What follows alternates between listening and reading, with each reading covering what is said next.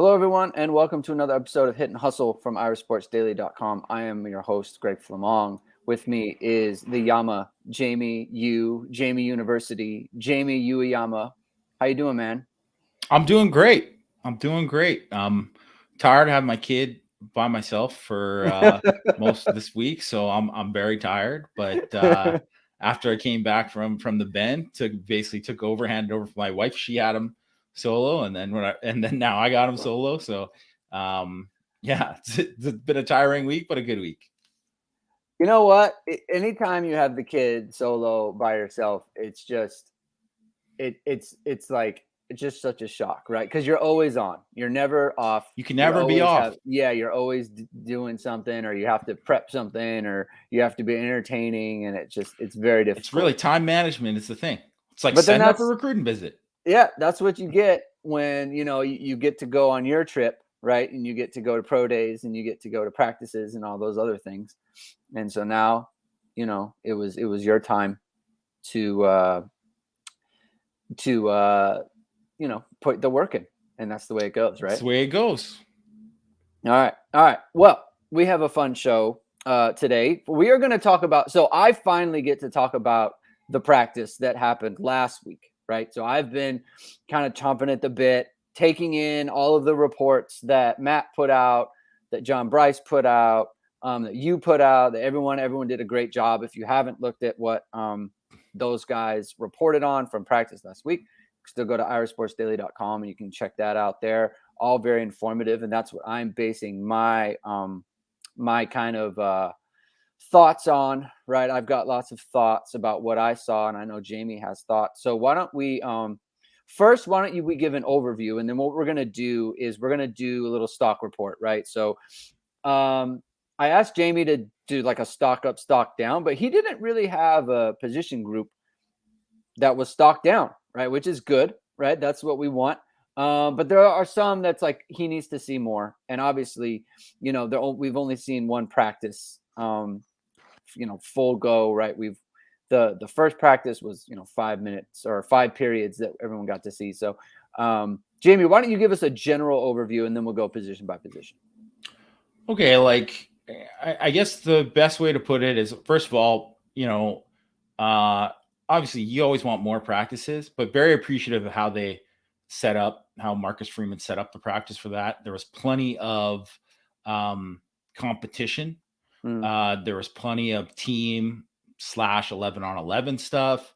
They did, 9-on-7 inside run drill. Obviously, they always do 7-on-7 Skelly. They do that as well. There's plenty of one-on-ones. There's just a lot of competitive situations compared to, I would say, to normal. And I think this was on purpose because they knew the media was going to be there. So I think that was the idea, was that they're going to give us plenty to look at and plenty to Yeah. write about and talk about. And I definitely appreciate that a lot. So yeah, so I think the structure of the practice, I imagine in a regular practice, I imagine they do a lot more individual than they did. They obviously did some, but as you typically do in a practice, there's a lot more it's not downtime, but you mix it in, right? You mix Mm-hmm. it in between kind of like highly competitive things. And it's that, but this one was like up the whole time. So it was, pretty good intensity overall.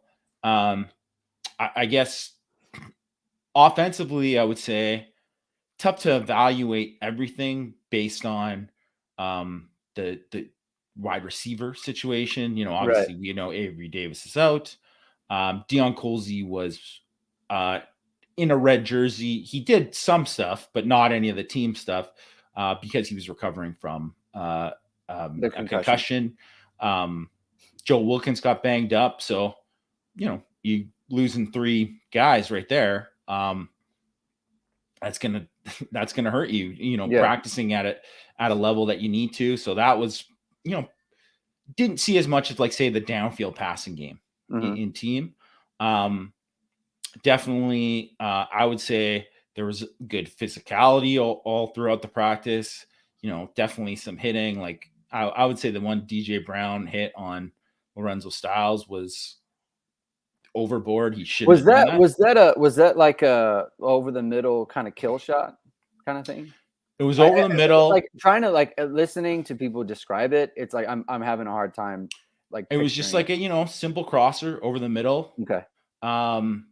He was kind of like he wasn't coming at. They weren't going head to head. It was like here's Styles and then here's Brown over the top. So he was kind of closing in like this. Got it. And on a crosser, and then basically it was the throw was way off to Styles, way over his head.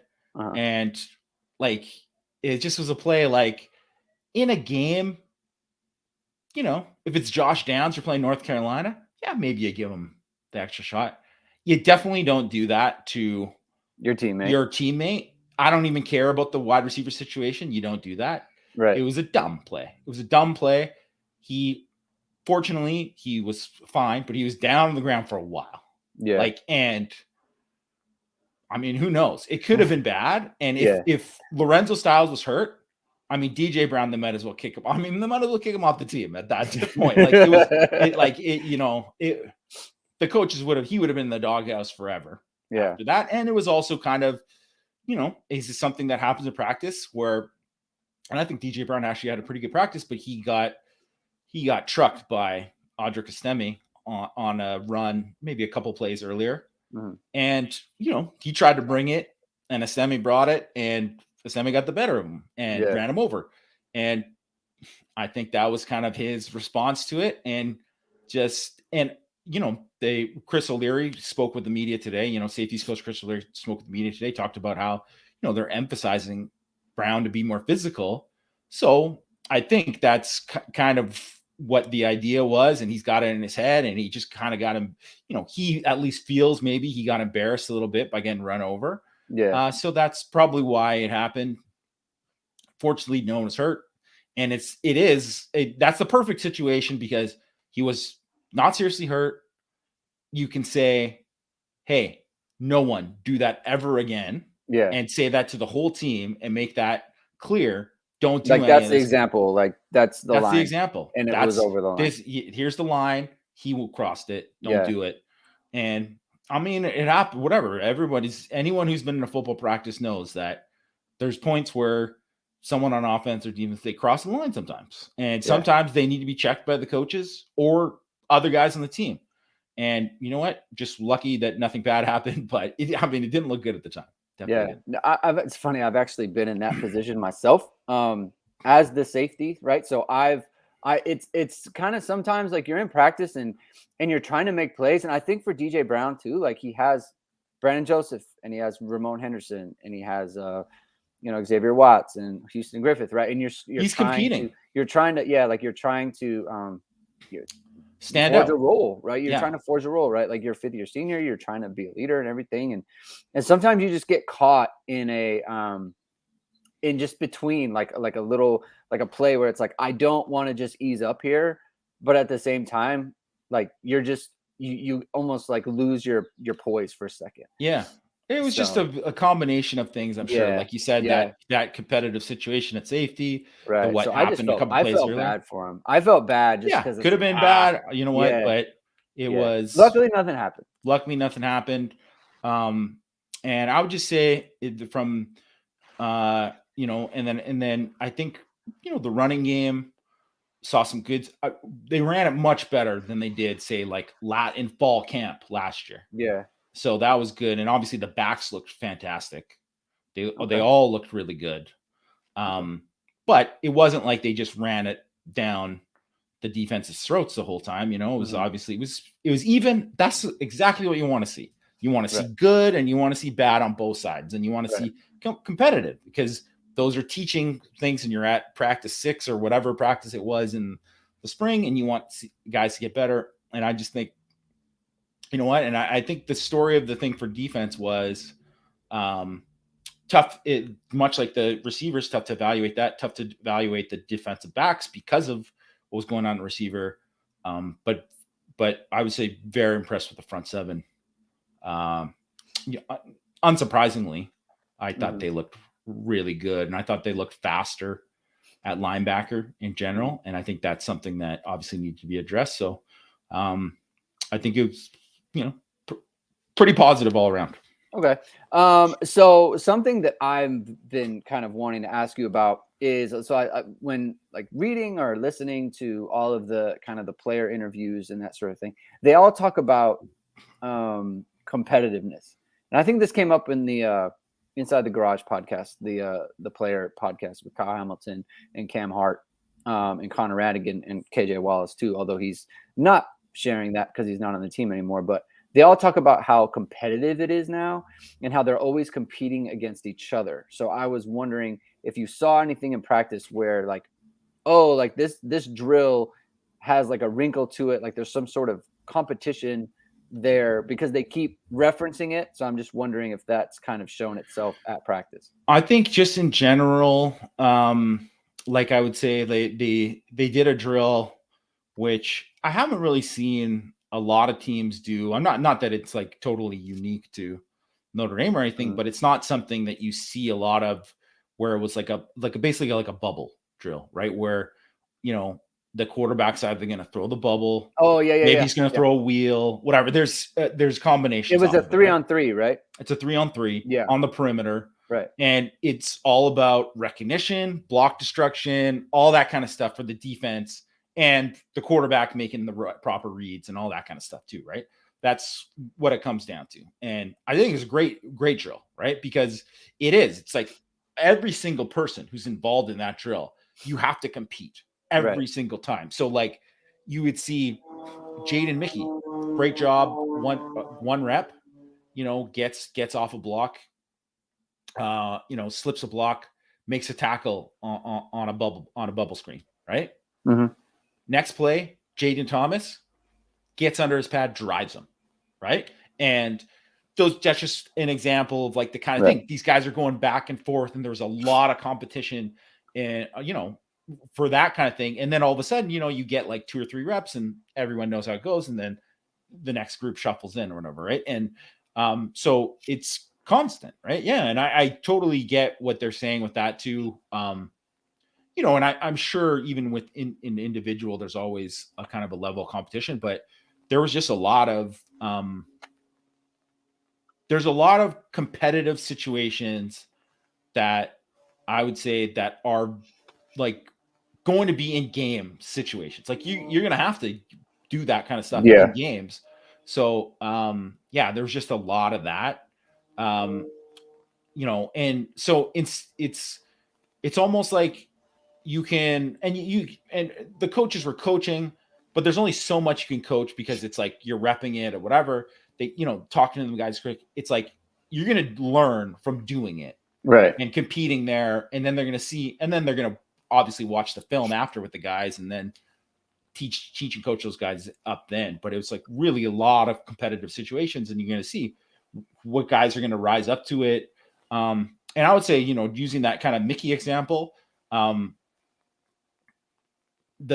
was really impressed with the early enrollees in this practice, because they had specifically on defense, because those guys all had moments where they were like not good moments, right? Freshman moments. Mm-hmm. I should still be a senior in high school moments, right? Right. Where their, a lineman is getting reach blocked, he's getting driven off the ball, whatever. But you see like response there. Each one of those guys made some kind of play in the practice, where it was like a positive play, or did something, and you saw these guys were like all working very hard. And I would say that was the main thing on defense that I saw, is that sometimes, not every year, but certainly even within the last 5 years, where for the most part, Notre Dame's rosters, like I would say 1 to 85, really like good, like guys, there's a level of give a crap, and from most guys, right? From the majority of the guys. But there's also a few passengers, right? Right. And if I was going to say with this thing, I didn't see any passengers. No passenger, or at least no one stood out as a passenger in this thing. And I think that's probably a product of just when you have to compete all the time, that's what happens. Yeah, and just to give people an idea of like what Jamie was describing, so the 3-on-3 drill where they're working on bubble, a lot of the time what'll happen is you'll work on that sort of thing within your position group. So the receivers will be basically blocking other receivers in the drill, right? Because the two groups that's don't the big always, difference. Yeah. Right. Offense and defense don't always merge together unless it's like team, right? Unless it's like 7-on-7 or something like that. But working on a drill, a lot of the time it'll be like if the defensive backs are working like defeating a bubble like that, they'll work against their other defensive backs. And obviously the problem with that is the guys on offense, they don't have an incentive to be really good blockers because they don't care. They're not offensive players, so they don't need to be good at stock blocking for a bubble screen or running a bubble screen or any of that stuff, right? So it's really only like, it's not walkthrough, but it's kind of like that. Well, you're asking guys to do stuff, and it's like, try hard, give a guy a look, and you could try hard, but you're not trying hard the right way. It's not even trying hard. It's just like that's stuff that you aren't going to normally do for your position, right? So you're not good at it, right? But you know who is good at it? The other guys who play on the other side of the ball. Yeah. So it makes perfect sense to, instead of doing that in an individual drill, getting the DBs and the receivers together and working on it there, because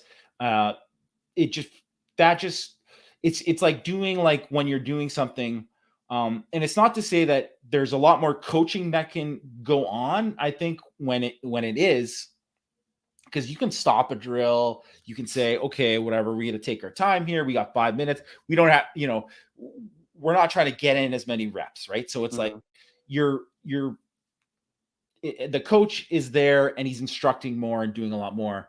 But with this situation, it's like you're going to get so much better look of what you actually have to do to defeat a block if you are, a DB, or to actually block a defensive back, right?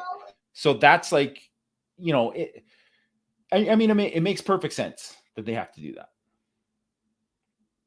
Exactly.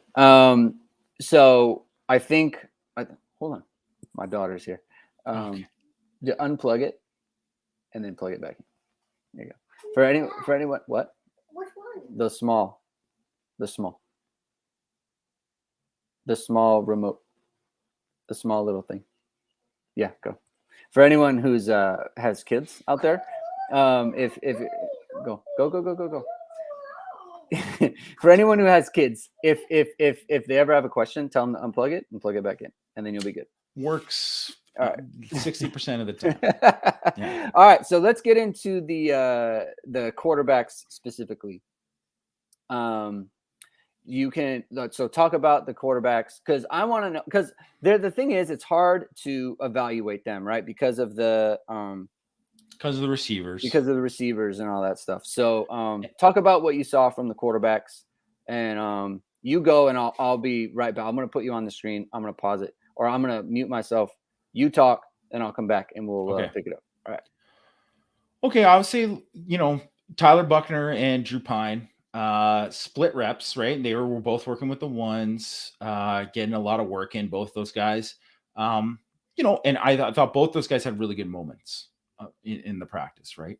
You didn't see them have to, like I said, stretch the ball vertically in team that much, but they had to make some tight window throws, had to make some good decisions, had to make decisions in the RPO game.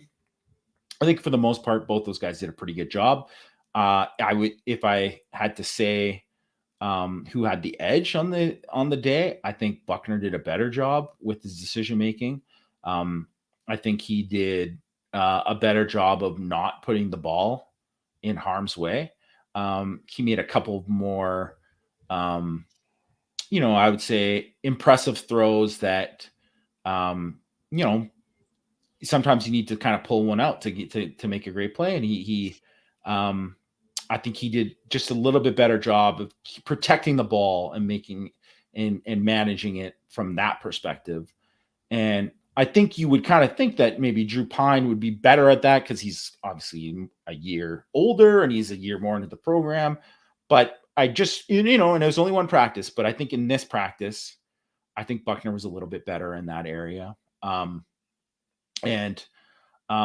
there's still some things with Buckner that I want to see more of in terms of him. Like, I mean, we haven't been there to witness one of those like, oh my gosh, he escaped and made this like crazy throw outside of the pocket. Are we going to see that?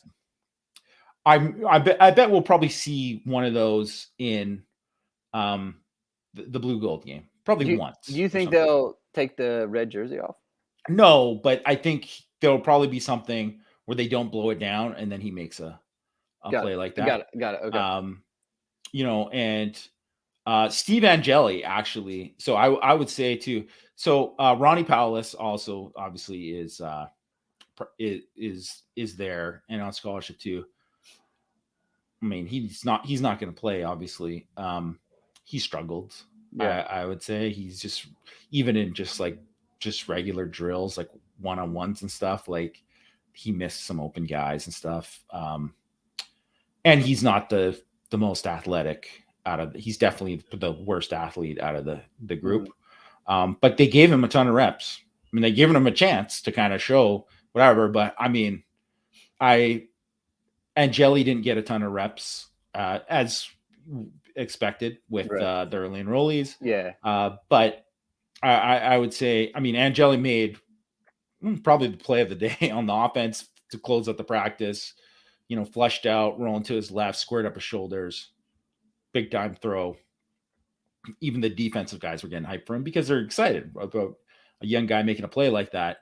Like it was like that, what I said, what we haven't seen from whatever. But I think, I mean, definitely what you're going to see, no matter who wins the quarterback job. And I mean, I would still expect it to be Buckner, but there's going to be more, obviously there's going to be a more mobile presence, and just an ability to escape and do those kind of things and create in that way.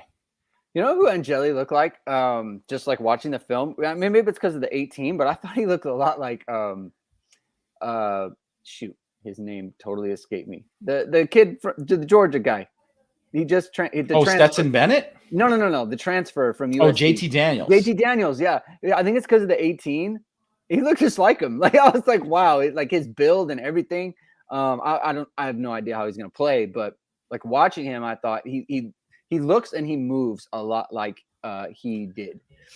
He's a very surprising athlete for anyone who, if you see, he's more mobile and more athletic than I think people give him credit for. And yeah, I mean, it was nice to see that, obviously I don't think he's going to play it all this year, but he might have to in some, who knows what's going to happen.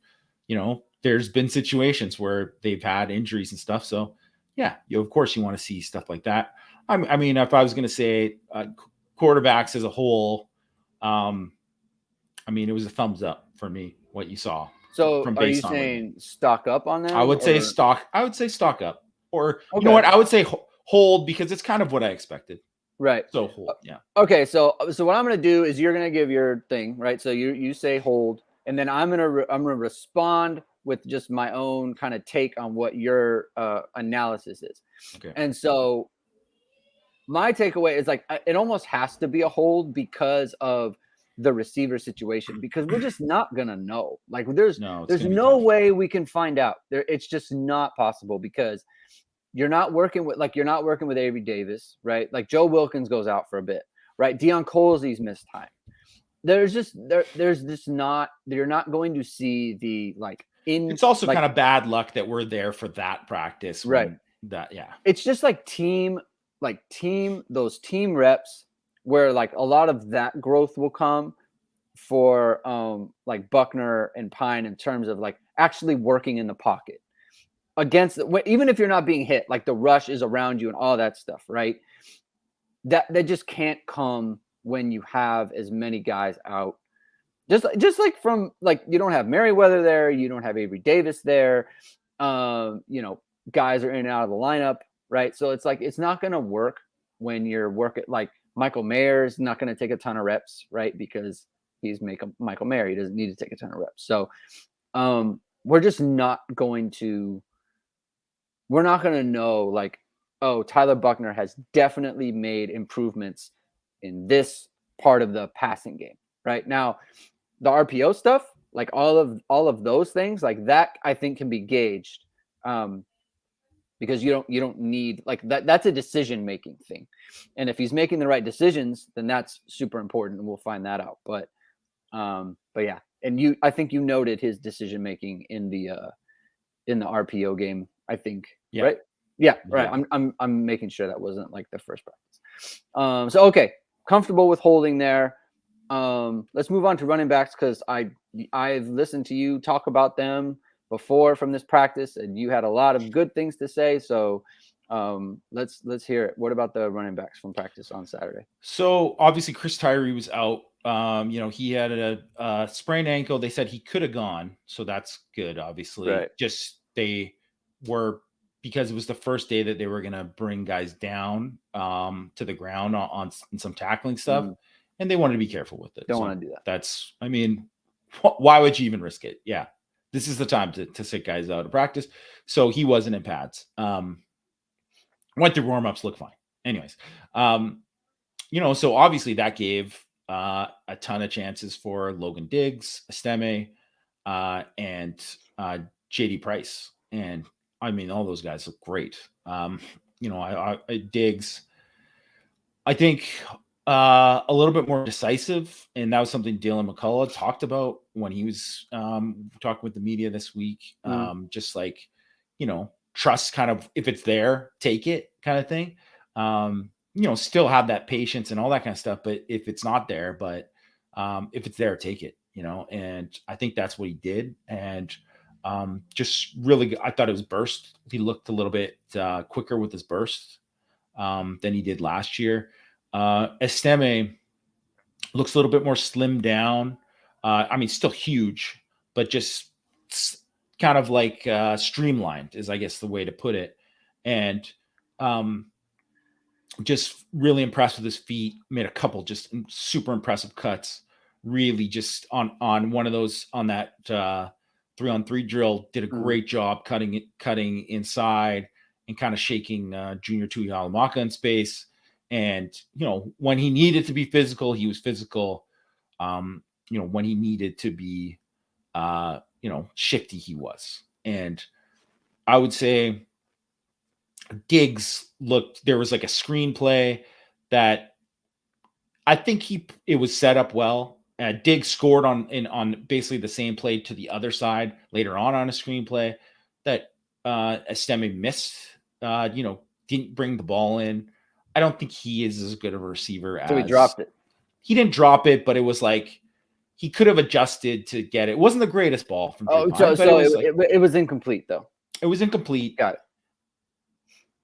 You would have liked him to bring it in. Yeah. It would have been a tough catch and whatever, but if he had caught it, it was a touchdown, Okay. So I would just say, like, just body control wise, whatever. I don't think he's like the most natural receiver. But he doesn't have to be. But he is not anyone to be like, oh, Robert Hughes. He's not Robert Hughes. He is, I would say he's much twitchier than Robert Hughes was. So okay. People should be excited about him. I think he's going to have a big year. I could get fired up about a twitchier Robert Hughes. Yeah. And then JD Price, first of all, looks fantastic for a freshman at this stage, really just terrific shape. Just outstanding, just lateral quicks. He just really frankly embarrassed JD Bertrand on this one-on-one drill. Just like it was. And I think Bertrand kind of played it right too. You know what I mean? I don't even think he played it wrong. It was just, that's just where just, it was just a talented athlete, just like taking it to another level. It's like, that was just tough to deal with. And where he was like, oh, I'm going to play, the sideline's going to be my friend in this 1-on-1 tackling drill. And it was like, oh, you didn't close the gap, just one slip and then forget it. Yeah. Right. And I think that's what he's going to have, that kind of ability. And he showed some of that like big playability there. So I think he's definitely good enough that he could play this year. Obviously, with the stuff with pass pro, all that kind of stuff, that's to be determined. He's going to have to work on that kind of stuff. Right. But just in terms of running the ball, like, I think he'll be there. And a lot of guys have gotten there over time. So stock up running backs, definitely. Stock up. It definitely sounds that way. And then everything we've heard from Tyree too is that he looks fantastic this spring. So yeah, stock way up. I mean, I already was high on them, and I think it's really deep running back group. Yeah, like if you have the freshman who's already, you say, okay, he needs to get the ball, like that's obviously a really good sign. Because we know Diggs has carried the ball, Tyree's carried the ball, and then Estime as well. It's interesting. Some of the talk of him was like he doesn't run as physical as you would think he would, kind of just because of his size, right? But he does seem to want to like get outside and kind of use his quicks a little bit, which I don't have a problem with it. Like just because your body is one way, you got to be the back that you are, Yeah. So, I think his style is more like not make you miss, but he's more like, I'm going to make this one cut and then I'm going to make you tackle me. I'm going to make you try to tackle my legs and good luck, rather than I'm going to lower my pads to just truck you every time. Although he did do, I mentioned the DJ Brown play. He did do that on one time when it called for it, right? It was like, they're there. It's like, it was either he wasn't going to shake him, so he had to drop a level and then take him on. And he did. But it's not like he's doing that every time. And first of all, I just don't think that's sustainable for any back. So, And I think he showed a lot. He showed a lot that he can do. There was actually also one play I saw where JD Price was up against Bro Bauer in a one-on-one drill. He ran like a seam. He ran a vertical. Just completely outran him. And it was one of those where Ron Paulus missed him. But he's got yards separation. And like there's, when you have like a yard or 2 yards in like a drill like that, like you're gone if you catch it, so he looked pretty impressive. Well, and it's the kind of thing that you could bring him into a game and then all of a sudden, they're like, they haven't seen a lot of him. And all of a sudden he's running a seam out of the backfield and some Mike linebacker is going to have to turn and run with them. Like, I mean, that's going to be a win. Yeah. Like high impact on not a lot of, opportunities. Right. And that's what you want. Got that ability from a young player like that. Yeah. All right, let's move on to the wide receivers. Obviously there's a lot, they're missing guys that just the roster itself. There's not a lot of people. Avery Davis is out. Wilkins gets hurt. Deion Colsey has the concussion. So, based on what little we can see, like where are we at there? Yeah, I think you just call it a hold because it's like you can't really judge it based on any other way. Although I will say that, everything that I talked about with Matt Freeman about Lorenzo Styles in one-on-ones, and he looked fantastic. You know what, too? Like he just looks the body. It just he looks just like, different this year, than he did last year.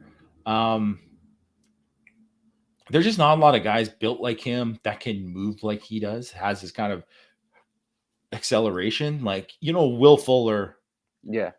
Was skinny, like he always was skinny, and like it never really changed. He's always just kind of been that guy. That's his body type.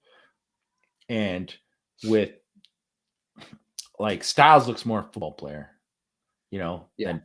and just like if you told me Styles, if you just saw him, you'd be like, oh, he plays safety. Or, you'd be like, okay, yeah, I could see that. He looks like he does, right? Like that's just kind of his body type. So yeah, I think, I mean, it's tough to judge or whatever, but I think, I'm I wouldn't be surprised if he has a big spring game. Yeah. I'm gonna so it's a hold, obviously. Specifically, I'm gonna hold on Joe Wilkins because I think, I'm reading the reports, reading what I think it was John Bryce or Matt who was watching the offense on Saturday. Wilkins was doing a lot of good things, right? And he was heavily involved, and he was like this last spring too. And it's kind of He's hard. always practiced really well. And it's hard because we didn't get the payoff because he got hurt, right? Yeah. So you don't know how last season would have gone for him. So I don't know how to kind of gauge him right now, and obviously Lindsey, he a lot of people are talking about, oh, like he made some juggling catches. Like he made juggling catches in camp last year, right? We saw him do this in practice, right? Yeah. Didn't happen for him during the season for reasons that maybe have to do with him, maybe don't have to do with him. But the fact of the matter is, it's like what he did in practice didn't really translate to the games. And so that's what you want to see, right? You want to see more of that stuff. Obviously, he runs right by Jaden Mickey in one of those one-on-ones. It looked a lot like the Purdue game, honestly. And this one was caught without the sun in his eyes. So, but we're just gonna have to see, right? We're just gonna have to see. Honestly, just like get through the spring without anyone getting hurt, without everyone healthy and available. Working with a new wide receiver coach, working on different things, working on route running and hands and all that other stuff. Yeah, it's a complete wait and see and then you see too, what Tobias Merriweather looks like when he gets there, and if they are able to add anybody in the portal, because I still think they need a couple more bodies, to be honest. Well, we got a question actually. Let's. I mean, Genre Brown asked, and it says for wide receiver later. So any more transfer portal thoughts for wide receivers? So are you saying like that's a direction that they need to go? I think so. I think they need to continue to look. There'll be guys in the portal. I don't know if they'll be fits in Notre Dame, but there'll be guys there. So I just think they need it. They needed to be able to practice better. They needed to be able to, like, if they sustain like one or two injuries, like as is want to happen in a season, that's going to happen. You have to be able to be able to get through that. Does it matter to you if it's an X or if it's like a slot or anything? No, I don't think. Find the best player. Just get whoever you get. Yeah, get whoever you can. That's what I think, because I also think if you look at where they're at in terms of Colsey, Merriweather, Wilkins can play the boundary. I think, Wilkins can probably play any of the spots. Avery Davis can play the slot, but I think he can also probably play the X too. And then I think Styles can play, inside or out. Lindsey, I think they can do some different stuff with. And I think Lindsey too, to be honest, he can be used a little bit more in the running game as well. That I'd like to see, kind of back to that 2019 little bit gadgety there. Yeah. But I think they have enough bodies at each spot, like good players at each spot. But yeah, like I just think that you just need more than you have. And say Matt Salerno, I mean, I don't think he's going to be, I know he's on scholarship technically, but he's not a guy. He's a former walk-on. I don't think he's going to be a guy who's going to help him. He's certainly not going to play over Avery Davis or Lorenzo Styles in the slot. So he would just be, but he's a practice body who's going to help you in that sense. All right. Let's move on to tight end here. Michael Mayer's good, I think. Yes. Can we confirm that? We can confirm. Breaking news. Yeah, he looked awesome. I think it's just a whole. They all looked good. They all looked good. Said stock up on the tight ends. I would just say just keep it. I just as expected. So I'm not even gonna say stock up, because it's just like they, have that. The stock was already high, is the way I would put it. So okay. Yeah, So they're just continue to be like Michael Mayer. Yeah, just like you think he's going to be an All-American. He's going to be an All-American. Like Kevin Bauman, I thought looked pretty good. I mean, there's a difference between Bauman and Mayer, obviously, as receivers, and what he can do in terms of, um, gaining the separation. But he certainly, showed good soft hands. I think Evans showed some nice stuff too. So, yeah. And then obviously they're going to get reinforcements when Barong's back healthy. And then the two freshmen get on campus. Raritan obviously is going to miss this. You would expect him to probably maybe be involved in, he's going to probably redshirt because he, obviously tore his ACL earlier in the year. Yeah. Okay. All right, let's move on here. Offensive line. I don't know. You said they ran the ball well, so yeah, I guess I would say stock up overall. Maybe stock down if you look at the depth and where kind of things stood with that. I think, and some of it is because obviously Patterson is out. And so Corral gets bumped up, and then Michael Carmody has to slide into center. Normally, he would probably be at that second team right guard or second team left guard or whatnot. And they had to play Quinn Murphy, who's a walk-on, who's in with the twos. And obviously there's a dip between that and another guy. And I think, if you look at, say, Tosh Baker and Caleb Johnson, who are the second team tackles, those guys have some nice moments, but you also see there's a pretty big gap between them and Alt and Blake Fisher. And I would say, Blake Fisher and Alt, very impressed with both those guys. Fisher, I thought, looked the best out of everybody. I think Corral had a good day. Christophic he was up and down to me. I would say, yeah, stock. Okay, here's the best way to put it. Stock up for the tackles. Stock maybe slightly down for guard because I thought Christophic was up and down, had a little bit of inconsistencies. I think he struggled in one-on-ones. Josh Lugg really just struggled a bunch against Howard Cross, really ate him up all day and just really had a day there. And I think he's in a battle. I mean, he's going to be in a battle there at right guard, which I kind of expected anyways. But yeah, I think still a lot to prove there at guard, and whether or not Rocco Spindler can get in the mix there. Maybe Carmody when he gets back up. I think Spindler still maybe doesn't anchor well enough in in pass protection. Want to see him anchor much better in pass protection. Moves great. Can move people off the ball and drive people off the ball, and that's good. But I would say still got a ways to go. But I mean, easily could be a guy who's in the mix for a starting job. So I don't think anything's set there, but obviously Alt, Fisher specifically, I think, he looked really, really good. Yeah. I think with the Patterson injury, it kind of puts a little more. And Pat Coogan's out too. So yeah. So I think it puts a little bit more uncertainty in terms of just how good the line can be, because like listening to you and reading the reports too, like it just seems as though like the offensive line is fine, right? But what if something happens to one of the tackles? Like we saw last year, and I think if something hadn't happened to Blake Fisher, does the line? Josh Lugg can play right tackle and play at a pretty decent level. We decent.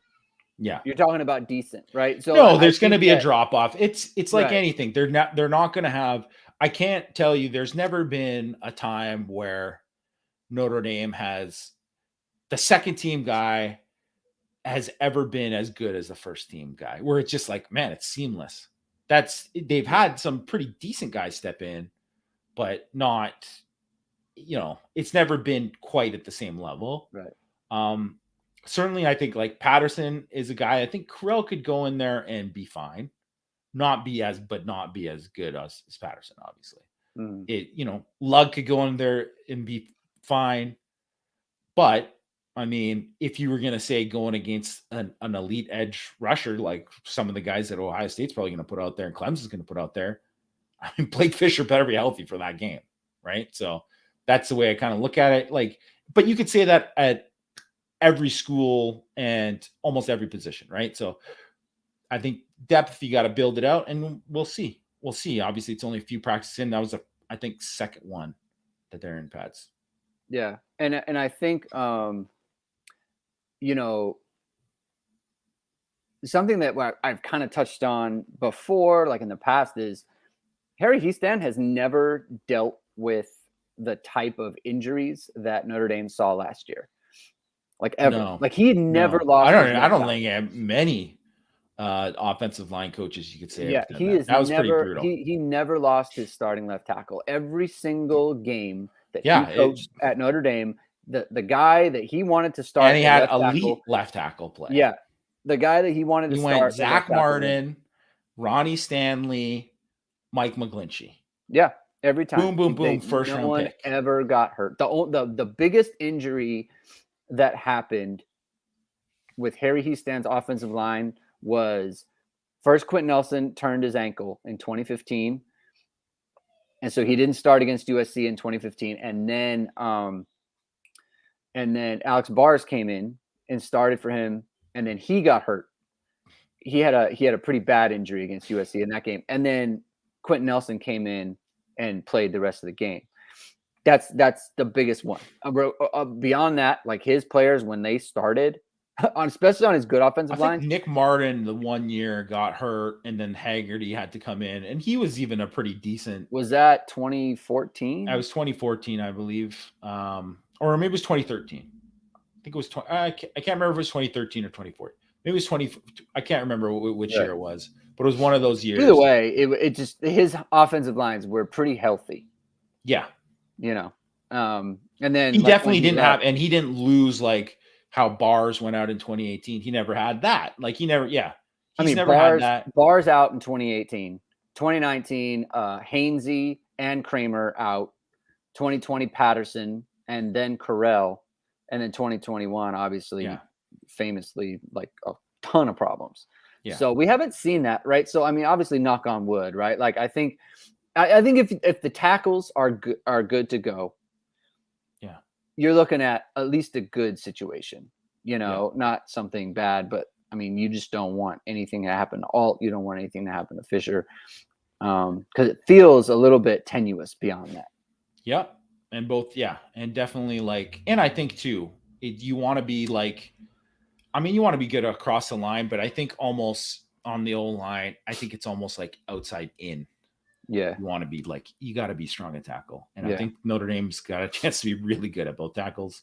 I saw Brendan is asking about Joel. I think he maybe didn't hear me say, he was very good as well. Yeah. He's just, not as good as Blake, but he was good. He was very good. All right. We're probably going to have to do the thing where we plan to do the whole team and then we go long on one offensive side. So we'll do offense this time. We'll do defense next time. There will be we'll get a little bit of practice video over the weekend, I believe it is. So then we can go off of that. I wanted to get a question in from Alaskan. We'll just make this the offensive line part of it, or not offensive line, but just offense period. Does Notre Dame have enough talent for a national championship run offensively? What do you think about that? I don't think so. I know people don't want to hear that. Notre Dame fans don't want to hear that, but I've been pretty adamant that that's kind of where at least at this moment, I wouldn't say they have it. I think, is the line going to take a step, like a big step in the thing? And I think they're going to be better this year, but they have to be a lot better. You have to be a lot better because, if you want to beat Clemson and Ohio State, those are some big boys in the D line. That's going to be tough. You have to be better there. Are they going to be good enough at receiver? I think Lorenzo Styles is going to be a dude. Obviously Michael Mayer is a dude. Yeah. Is there going to be one other guy that is you can't just say hey, we're going to bracket Styles wherever he goes. We're not letting him go over the top. Right. Like, Oklahoma State, made the mistake of that because they probably didn't see a lot of Styles before that. And then whatever. Right. So, yeah, like, are they going to be good enough there? Because you have to be good enough and exposed there. The backfield, I think they are going to be. I mean, obviously, you lose Kyron Williams. You prefer to have Kyron Williams there with all those guys, but they're going to be pretty good. And the other question is quarterback. Is like, it's too early to say on how good they're going to be at quarterback and where they're going to be. You have to be elite. You have to have an elite quarterback, I think, with all the other pieces there. You can't win without an elite quarterback unless the rest of the talent around you is just so ridiculous, a la Stetson Bennett in Georgia. Yeah. And everyone's like, well, Stetson Bennett. Well, did you see the 11 guys who are going to get drafted on defense, right? Did you see, George Pickens and Zamir White, 5-star Zamir Wright, and James Cook, and just in the backfield, they're just loaded. Right. And Brock Bowers, who's also just a stud for tight end,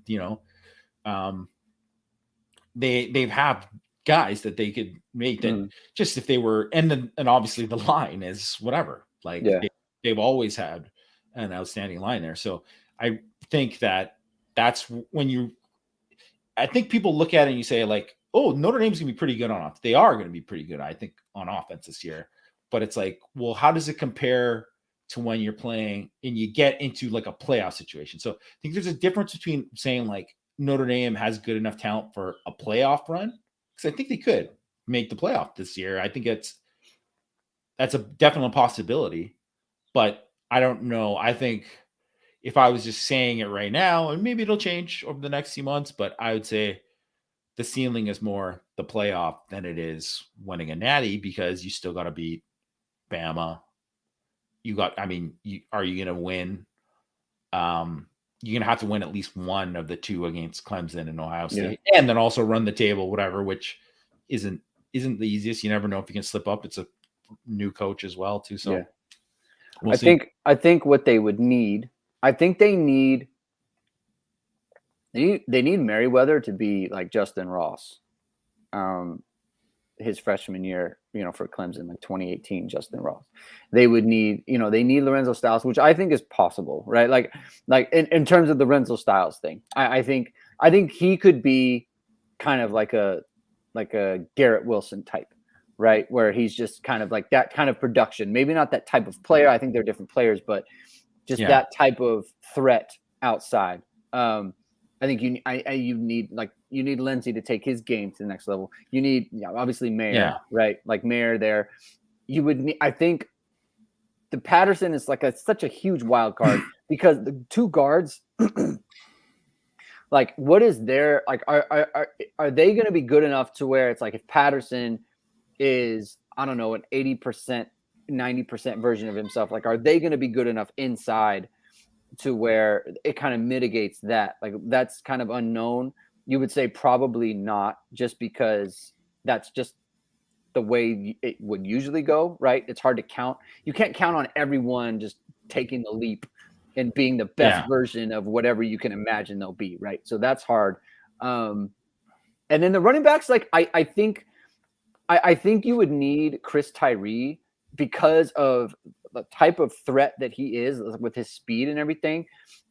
You would need him to take a leap as a player, right? Travion Henderson type of not just speed, but also the ability to pick holes, make people miss, that sort of thing, which we haven't seen, which we've kind of gone over, right? There's injury problems and offensive line problems and all those other things. But it's there's so many things where it's oh, I could see it if X happened, right? But the chances of X happening in totality just isn't that good. Yeah.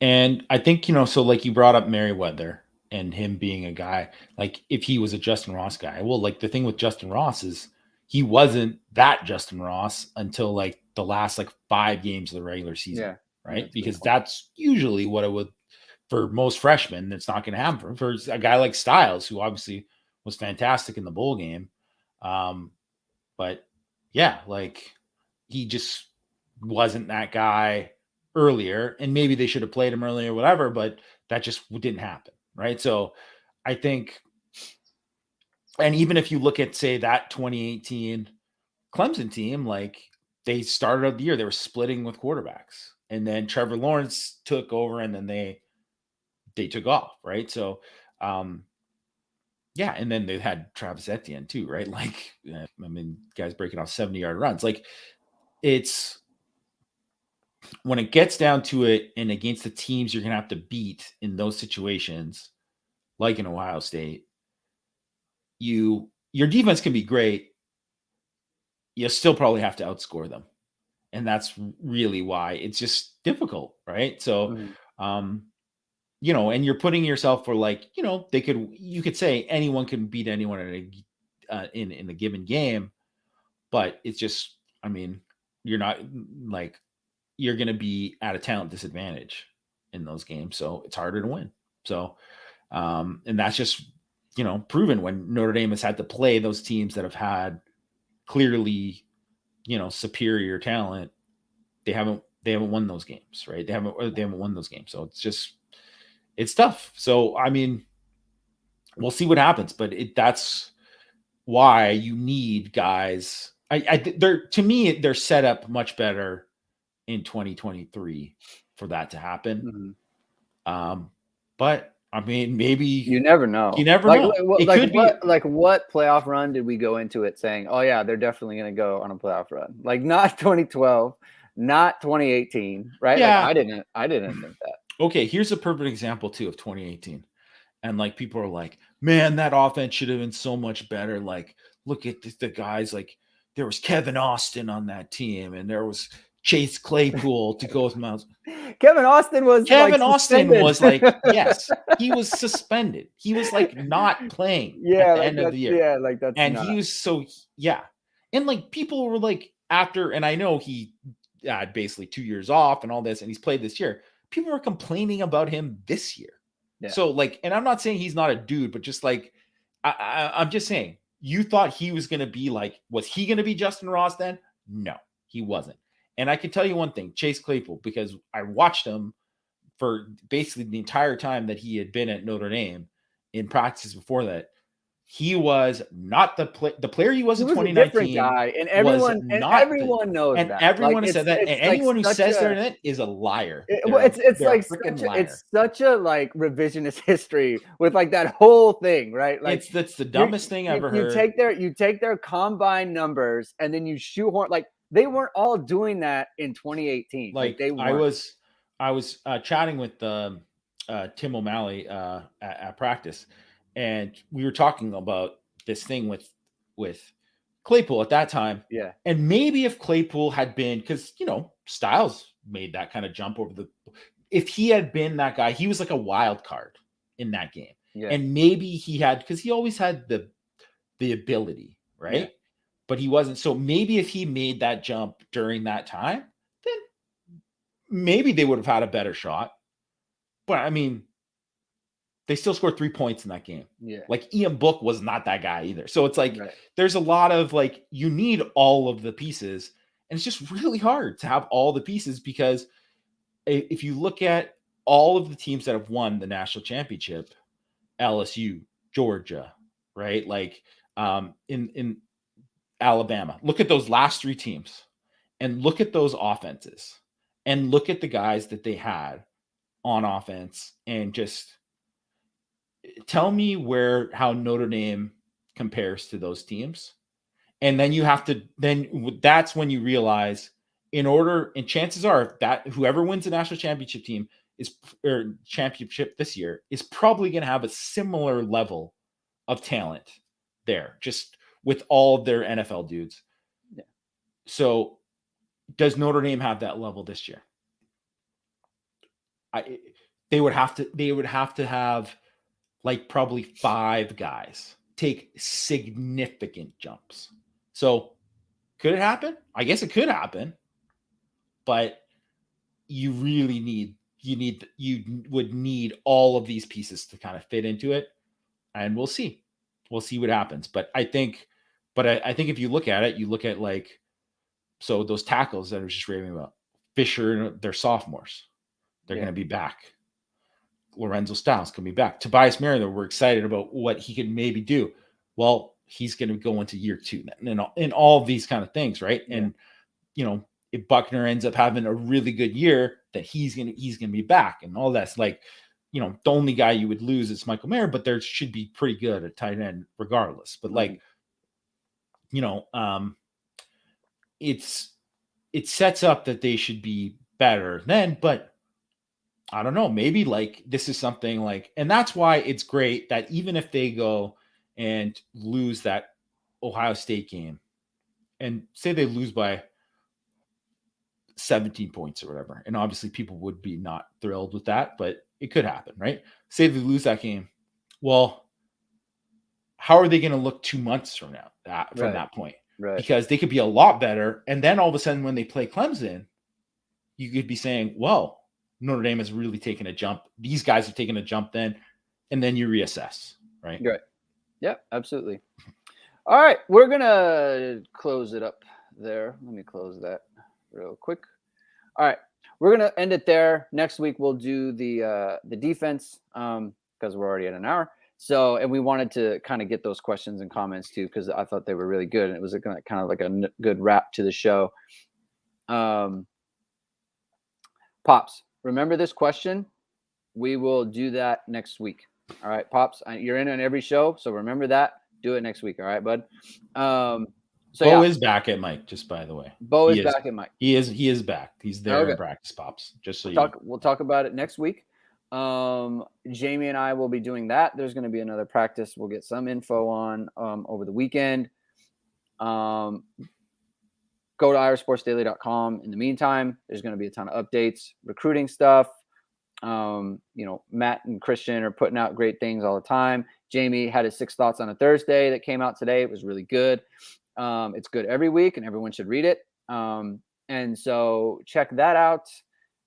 If you're not here, everyone, there's a good amount of people in the video or in the stream right now. Click the subscribe button so you're not missing any shows. Right, we're going to be going. Sometimes I'll pop on and do one by myself. I did that once a couple weeks ago. Had a lot of fun.